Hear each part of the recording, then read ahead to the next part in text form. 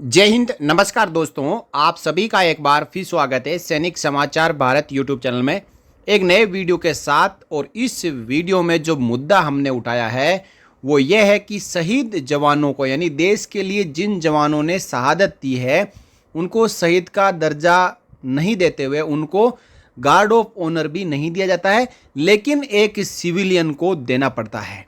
इसलिए जवानों ने कहा है बस तुम रूठो ना, साहब के चक्कर में करने पड़ रहे हैं ऐसे काम, जवान हो या अफसर नहीं मिला पा रहे हैं खुद से नज़र। देखिए, मुद्दा है पैरामिलिट्री फोर्सेस के जवानों द्वारा एक सिविलियन को गार्ड ऑफ ऑनर देने से लेकर जवानों ने स्पष्ट मना किया, नियमों का हवाला दिया, लेकिन बड़े साहब ने कहा कि आप गार्ड ऑफ ऑनर दोगे। देश में बड़े बड़े प्रतिष्ठानों की सुरक्षा की जिम्मेदारी सीआरपीएफ और सीआईएसएफ के हाथों में होती है, और इस सुरक्षा के दौरान पूरी की पूरी एक बटालियन वहाँ पे तैनात होती है जिसमें यूनिट कमांडर भी होते हैं। और उन यूनिट कमांडरों को यदि कहा जाए कि एक सिविलियन आ रहा है उसको आप गार्ड ऑफ ऑनर दोगे, और यूनिट कमांडर द्वारा नियमों का हवाला देते हुए मना कर दिया जाता है, इसके बाद मुद्दा डीआईजी आईजी तक पहुंचता है और आदेश मिलता है कि आप नियमों को साइड में रख दो और गार्ड ऑफ ऑनर दे दो। उसके बाद गार्ड ऑफ ऑनर देना पड़ा, जिसके बाद जवानों का कहना है कि हम खुद से नज़रें नहीं मिला रहे।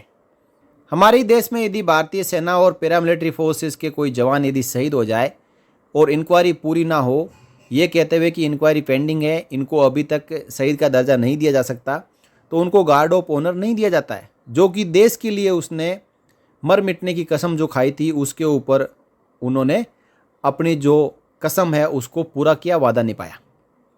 लेकिन दूसरी तरफ एक सिविलियन को जिसका भारतीय सेना से और पैरामिलिट्री फोर्सेस से कोई लेना देना नहीं है और जिसको गार्ड ऑफ ऑनर लागू नहीं है, फिर भी उसको आईजी साहब गार्ड ऑफ ऑनर दिलवाते हैं।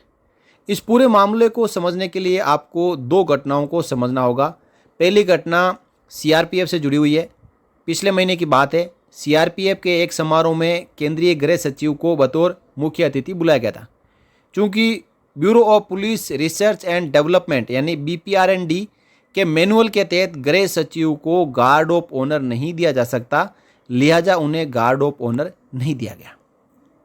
यानी नियम इन्हीं अधिकारियों ने बनाया, भारतीय सेना ने बनाया, पैरामिलिट्री फोर्सेस ने बनाया, और जब गृह सचिव साहब आए तो बोला कि गार्ड ऑफ ऑनर दो, तो जो सीआरपीएफ के यूनिट कमांडर ने कहा कि इनको गार्ड ऑफ ऑनर लागू नहीं है और गार्ड ऑफ ऑनर नहीं दिया। और दूसरी घटना जुड़ी हुई है सीआईएसएफ से। कुछ समय पहले की बात है कि एक प्लांट के जनरल मैनेजर, कोई कंपनी होती है उसमें असिस्टेंट मैनेजर, जनरल मैनेजर होते हैं, और एक नए जनरल मैनेजर साहब ज्वाइन करने वाले थे।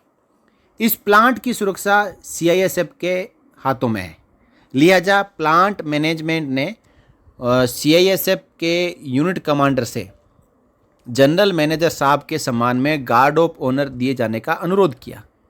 तो यूनिट कमांडर ने BPR&D के नियमों का हवाला देते हुए गार्ड ऑफ ऑनर देने से इनकार कर दिया। इस पर प्लांट के कुछ अधिकारी संबंधित उप महानिरीक्षक यानी डीआईजी साहब के पास पहुंच गए और कहा कि हमारे जनरल मैनेजर साहब को यूनिट कमांडर ने गार्ड ऑफ ऑनर देने से मना कर दिया। डीआईजी साहब से रिक्वेस्ट की कि आप कहो यूनिट कमांडर को यानी कमांडिंग अफसर को कहो कि वो हमारे जनरल मैनेजर साहब जो एक सिविलियन है, जो कंपनी के जनरल मैनेजर है, उनको उनकी ज्वाइनिंग के ऊपर गार्ड ऑफ ऑनर देंगे। तो डीआईजी साहब ने भी सीधा फ़ोन कर दिया कमांडिंग अफसर साहब को। तो कमांडिंग अफसर साहब ने कहा है कि BPR&D के नियमों का हवाला देते हुए डीआईजी साहब को कहा कि साहब गार्ड ऑफ ऑनर नहीं दे सकते। तो इस बात पर डीआईजी साहब मान गए और उन्होंने भी जनरल मैनेजर को गार्ड ऑफ ऑनर दिलाने में असमर्थता जाहिर कर दी। इसके बाद क्या हुआ, जो कंपनी है उसके जो अधिकारी है वो आईजी साहब के पास पहुंच गए, यानी डीआईजी के ऊपर आईजी साहब, और कहा कि आपका जो यूनिट कमांडर है सीआईएसएफ का, जो हमारी कंपनी में आपकी सीआईएसएफ की बटालियन तैनात है, उनको हमने कहा कि हमारे जनरल मैनेजर साहब ज्वाइन कर रहे हैं, उनको गार्ड ऑफ ऑनर देना है, तो यूनिट कमांडर ने मना कर दिया और डीआईजी साहब ने भी मना कर दिया।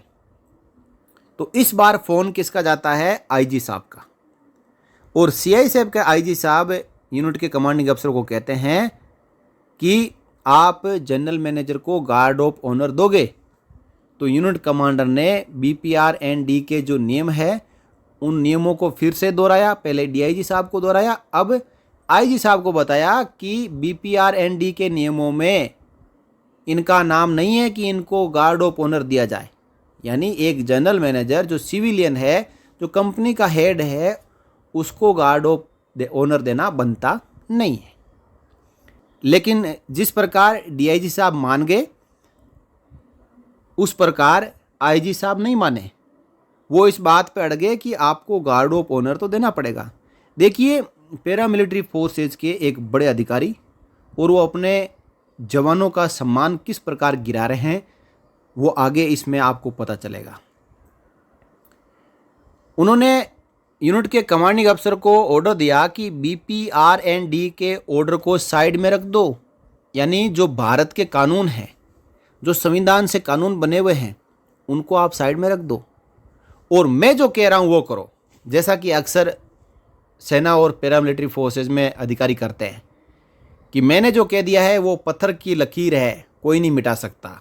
और मैं कह रहा हूँ कि आपको कंपनी के जनरल मैनेजर साहब को गार्ड ऑफ ऑनर देना पड़ेगा। आखिर में मजबूर होकर सीआईएसएफ के यूनिट कमांडर ने जनरल मैनेजर साहब को गार्ड ऑफ ऑनर दे दिया।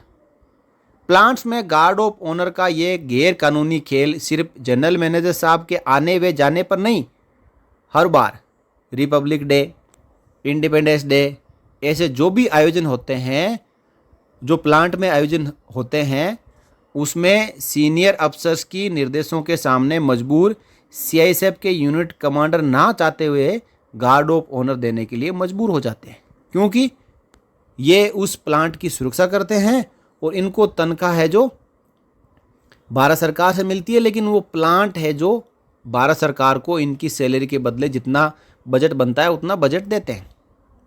यानी सैलरी भारत सरकार देती है सीआईएसएफ के जवानों को, जितनी सैलरी देती है भारत सरकार उतनी सैलरी प्लांट से लेती है। अब नाम ना प्रकाशित करने की शर्त पर सीआईएसएफ के एक अधिकारी ने बताया कि गार्ड ऑफ ऑनर का ये खेल सिर्फ प्लांट्स के मैनेजमेंट को खुश करने के लिए किया जाता है, जिससे उनकी छोटी छोटी ख्वाहिशें पूरी होती रहे। लेकिन ये खेल बंद हुआ तो प्लांट मैनेजमेंट नाराज़ हो जाएगा और उनकी ख्वाहिशें पूरा होना बंद हो जाएगी। ऐसा नहीं है कि प्लांट में होने वाले गार्ड ऑफ ऑनर के इस खेल के बारे में सीआईएसएफ मुख्यालय को पता नहीं है। सीआईएसएफ मुख्यालय ने 2024 में इस खेल को रोकने के लिए एक ऑर्डर भी जारी किया था। देखिए, सीआईएसएफ का जो हेडक्वार्टर है उनको भी इस खेल के बारे में पता है, लेकिन वो सिविलियन अधिकारियों के सामने मजबूर है और इस पूरे खेल को रोक नहीं पा रहे हैं। 2024 में एक आदेश भी जारी किया कि इस प्रकार के अनऑथराइज्ड गार्ड ऑफ ऑनर नहीं दिए जाएंगे, लेकिन उस आदेश का अभी तक कोई असर नहीं हुआ है। ट्रेनिंग ब्रांच की तरफ से 30 मई 2024 को जारी इस आदेश में बताया गया है कि सीआईएसएफ की एक यूनिट में विजिट के दौरान महानिदेशक ने पाया कि गार्ड ऑफ ऑनर को लेकर यूनिफॉर्मिटी नहीं है।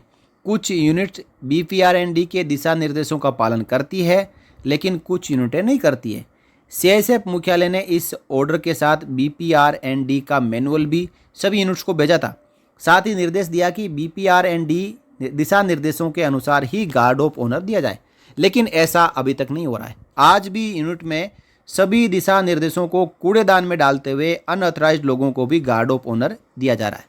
तो जो एक अथराइज आदमी है, भारतीय जो सैनिक है, जवान है, जो अपने देश के लिए जान न्योछावर कर देता है, उसको गार्ड ऑफ ऑनर क्यों नहीं देते? ऐसा हो सकता है कि सीआईएसएफ के अधिकारियों को जो प्लांट होते हैं, प्लांट मैनेजमेंट मलाई खिलाता होगा, जिसके कारण जवानों से गार्ड ऑफ ऑनर दिलवाया जाता है, जवानों का अपमान करवाया जाता है। ताज़ा मामला इसी अप्रैल महीने का है, जब एक निगम के चेयरमैन के चार्ज लेने के दौरान गार्ड ऑफ ऑनर दिया गया था। देखिए, एक निगम के चेयरमैन साहब भी जब चार्ज लेने के लिए आ रहे हैं तो उनको भी सीआईएसएफ गार्ड ऑफ ऑनर दे रही है। कितनी गिराओगे सीआईएसएफ को? सीआईएसएफ के अधिकारियों की माने तो अनऑथराइज्ड लोगों को गार्ड ऑफ ऑनर न केवल उनके गले की हड्डी बन गया है, बल्कि हालात ऐसे बन गए हैं कि अब हम खुद से नज़र नहीं मिला पा रहे। एक अधिकारी ने बताया कि 15 अगस्त का पर्व 2 दिनों बाद है और लगभग सभी यूनिट्स में एक बार फिर गार्ड ऑफ ऑनर दिए जाने की तैयारियां जोरों शोरों से शुरू हो चुकी है। अब उन्हें एक बार फिर मजबूरन अनऑथराइज्ड व्यक्ति को गार्ड ऑफ ऑनर देना पड़ेगा। यानी इस समारोह में जो आएगा, चाहे कंपनी का मैनेजर है, जनरल मैनेजर है, उसको गार्ड ऑफ ऑनर देना पड़ेगा।